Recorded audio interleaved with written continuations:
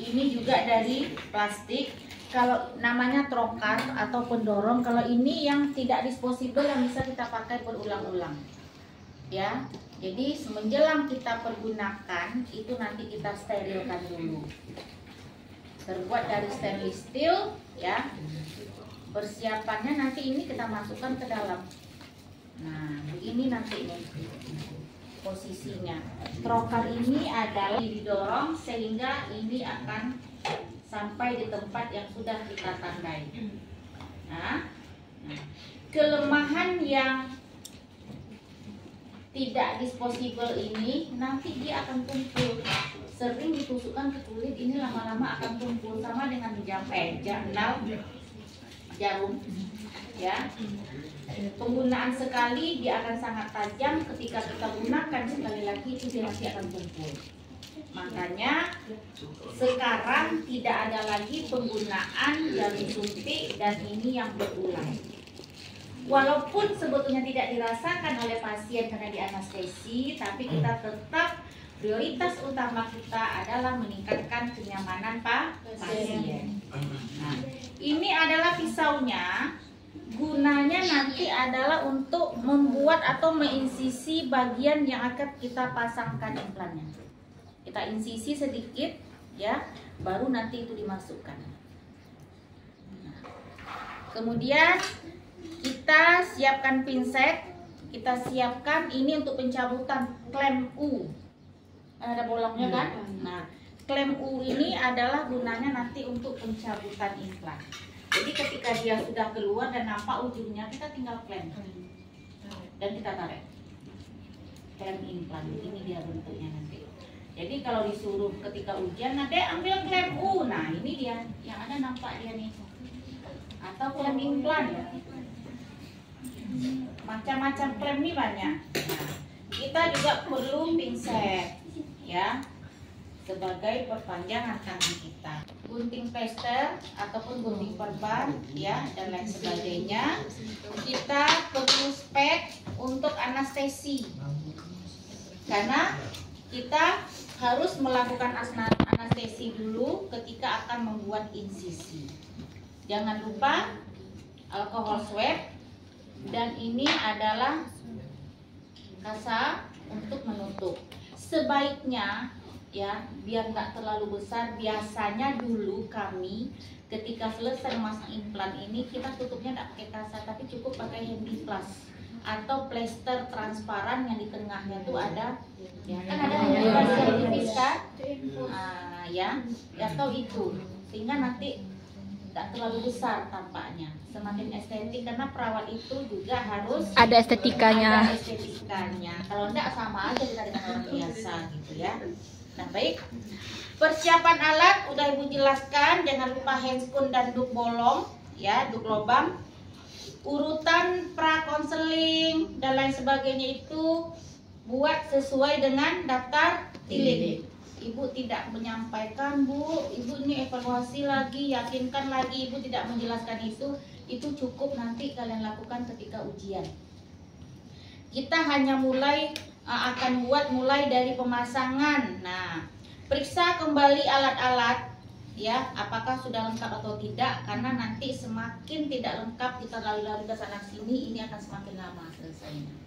Pastikan lagi pasien kalau dia memang akan memilih metode implan sebagai alat kontrasepsi. Dan tidurkan pasien. Nah, seharusnya kita kan atas tempat tidur nih, biar seolah-olah nanti benar-benar dia. Tidurkan pasien dengan posisi tangan yang akan dipasangkan implan itu berada di sebelah kita. Biasakan kita bekerja di sebelah kanan pasien. Nah, kalau seperti ini, ya, pasien itu di kanan kita. Begini dia. Jadi ini pangkal siku 5 cm sampai 8 cm ke atasnya. Atau kadang-kadang kita bisa hitung 4 jari, ya.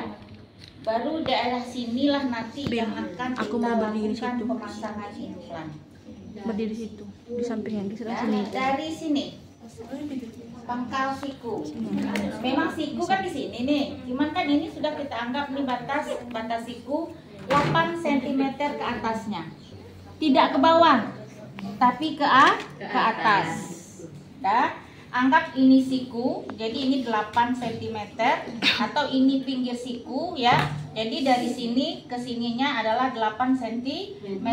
Kita tandai dengan menggunakan pena ataupun sebagainya. Tandai dia buat titiknya. Dah, tidurkan pasien ya, sambil kita menjelaskan kepada pasien komunikasi yang baik, karena bagaimanapun pasti akan ada rasa nyeri ataupun ketakutan dari pasien, apalagi itu pemasangan perdana. Dah, kita siapkan. Kemudian kita sebahagian ada yang mendesinfeksi itu cukup dengan alkohol saja, ada yang mendesinfeksi itu dengan menggunakan betadine. Jadi kita boleh pakai alkohol desinfeksi dulu di daerah yang akan kita pasangkan implan. Nah, ya.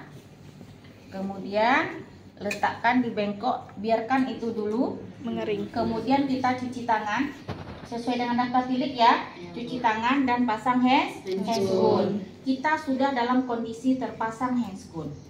Ya. Ambil duk bolong.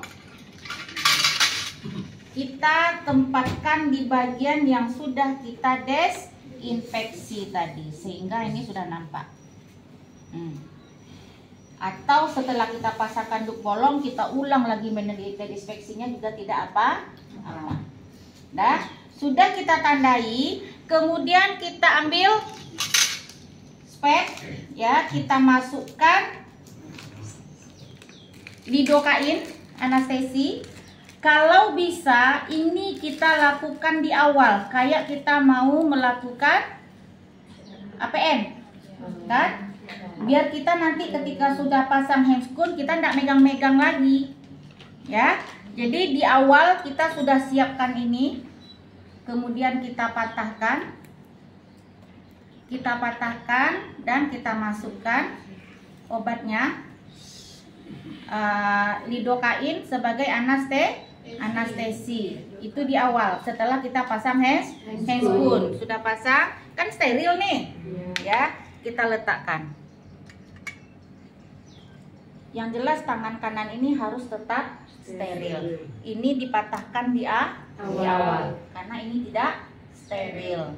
Nah, jadi setelah itu kita desinfeksi pasien kembali, boleh ya, desinfeksi lagi, karena ini adalah tindakan yang memang butuh kesterilan sehingga nanti tidak menimbulkan adanya tanda-tanda infeksi ataupun peradangan.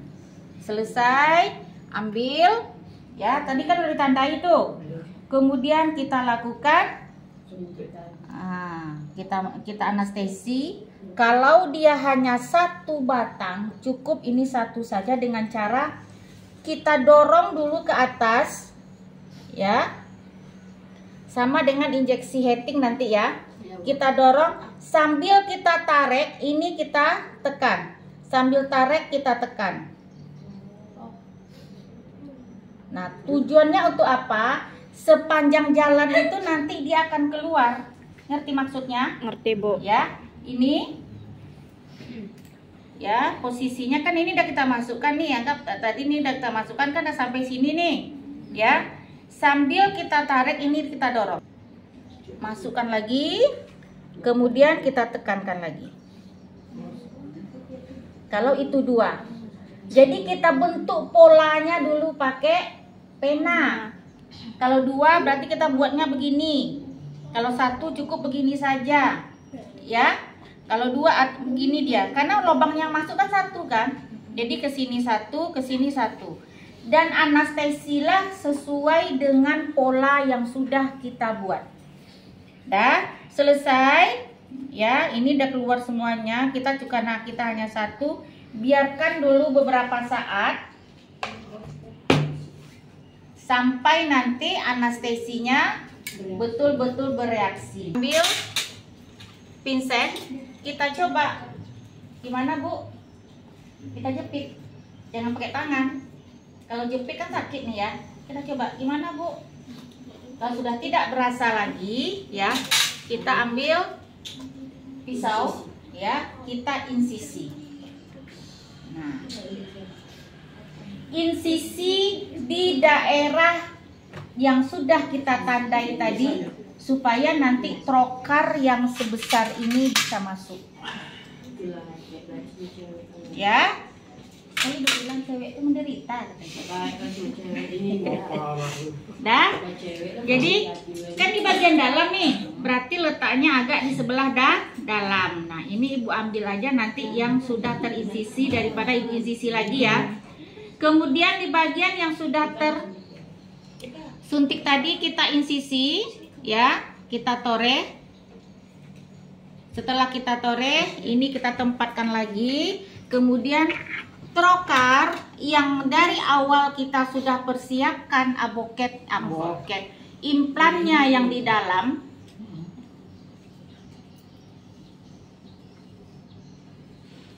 Nih, dari awal kan kita ada gini nih. Nah, boleh dimasukkan lagi sedikit seperti ini. Supaya nanti ketika kita menusuknya kan tidak ada halangan. Jadi boleh dimasukkan seperti ini. Setelah itu, kalau mau ini kita buka dulu boleh supaya tidak mengganggu. Kemudian ini kan tadi udah kita toreh kan. Jadi kita udah rasakan. Udah kita toreh. Kita buat torehan baru aja lah ya, biar nampak.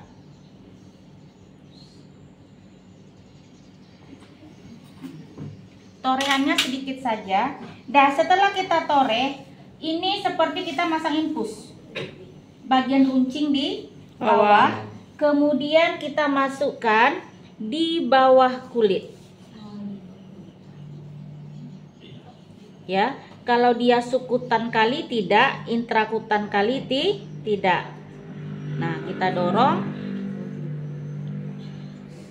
Dah, kita dorong dulu. Dah, kemudian baru kita ambil mana tadi? Ini baru kita dorong. Kita dorong sampai dia masuk ke bawah kulit. Nah, dorong dia. Kalau di video itu ini kan semuanya masuk. Jadi terkesan dia itu tidak manusiawi ya. Jadi kita itu bekerja cukup sedikit aja, biar di sini rongganya itu tidak terlalu besar. Jadi setelah masuk saja ini kita dorong, ya, kita dorong sampai implannya masuk.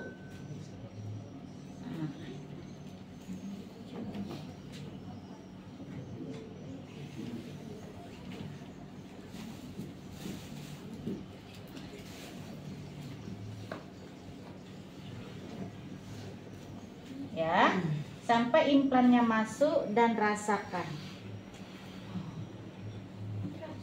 Rasa dia nanti orang bulatnya, ya, rasakan kembali di sini. Terasa nih, coba pegang nih, kayak gitulah nanti kita nih ini. Jadi kalau jangan terlalu dalam, karena kalau terlalu dalam ini kan karena kita pakai busa di bawahnya kan agak susah nih. Seharusnya dia itu di bawah kulit sini dia, di bawah nih dia jadinya. Kalau ini kan terlalu dalam, nih di dalam spon jadinya letaknya. Ya,